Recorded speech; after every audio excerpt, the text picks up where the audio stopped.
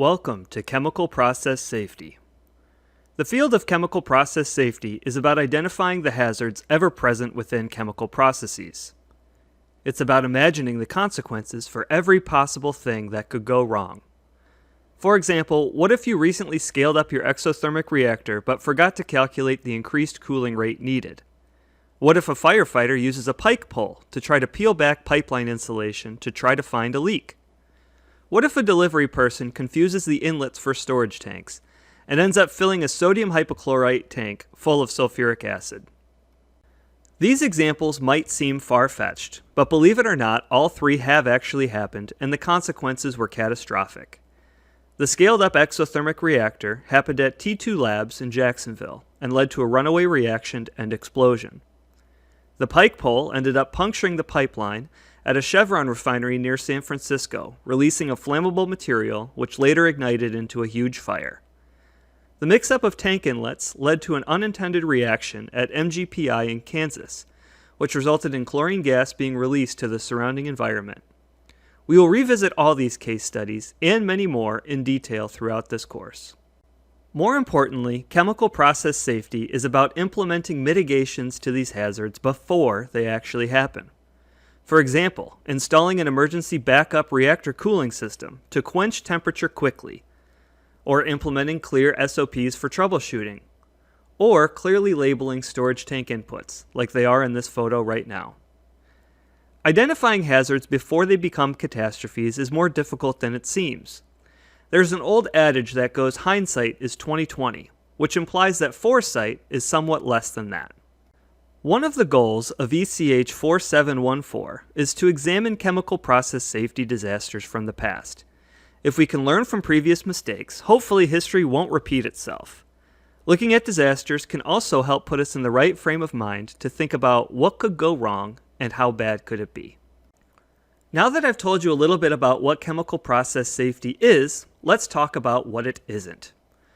Myth number 1. Chemical process safety is the same as laboratory safety. If you've gone through chemistry labs, for example, you know the sorts of topics that laboratory safety entails. Things like wear your lab coat and safety goggles, or take off your gloves safely before you enter the hallway. Of course, personal safety is important too, and we will actually cover some aspects of personal safety along the way. One of the key differences between laboratory safety and process safety is that laboratory safety deals with events or risks that are somewhat high frequency but low consequence. Imagine tripping over a cord and spraining your ankle, for example. In contrast, process safety deals with events that are lower frequency but catastrophic. For example, imagine an explosion that decimates a nearby building. Myth number 2. Process safety is just following rules and regulations. This one is incredibly false because good process safety requires critical thinking. And by the way, you should be happy about this because a class full of memorizing regulations would probably be very boring. The Crowell and Luvar textbook cites 6 levels for chemical process safety programs. Level 0 is at the bottom where employees disregard or even have a disdain for safety. Level 1 is a reactive safety program where changes are enacted only after accidents occur. Level 2 is being compliant with rules and regulations. And note that there are 3 levels above this compliance, which further demonstrates the point. Level 3 includes written management systems like lockout, tagout, and documentation to be in place, like management of change procedures. Level 4 is where monitoring is used to evaluate the effectiveness of safety programs, such as keeping statistics. Level 5 is dynamic and adaptive. This is where safety is the core driving force for everything done, and this is what every safety program should aspire to. Myth number 3. Safety is expensive and negatively impacts the bottom line of turning a profit. Now, it is true that safety programs and implementations cost money.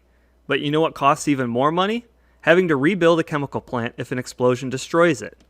Or having to pay fines and cleanup crews to remove a hazardous chemical that's spilled out into the environment. There's also the potential loss of human life with poor safety programs. And how can you put a price on that? Not to mention, strong safety culture is good for business.